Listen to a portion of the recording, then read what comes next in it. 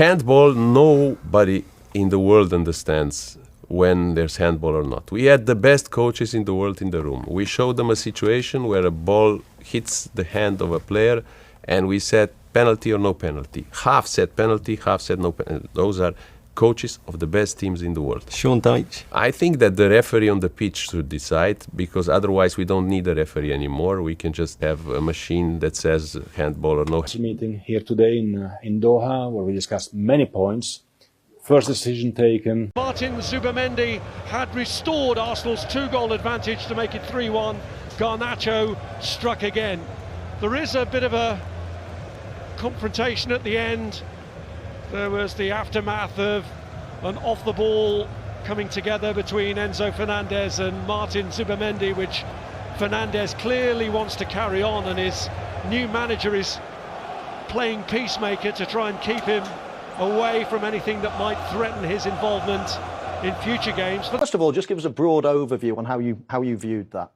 Yeah, of course, you know, we took the unusual step of releasing the audio from this situation not long after it happened. We wanted to show everybody what was very quickly apparent to us was a pretty significant human error, loss of concentration. And of course, we're all disappointed that the VAR system didn't step in to rectify a clear error that we'd seen on the field with the disallowing of the goal.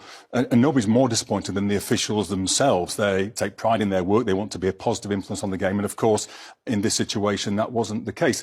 Of course, without VAR, that disallowed goal would still have been a disallowed goal, but VAR exists to step in when we make a wrong decision on the field. So of course, we're disappointed. And our job then was to try to find out what happened and what we could do to prevent that sort of thing happening in the future. Okay, well, let's start at the beginning. How did that confusion occur?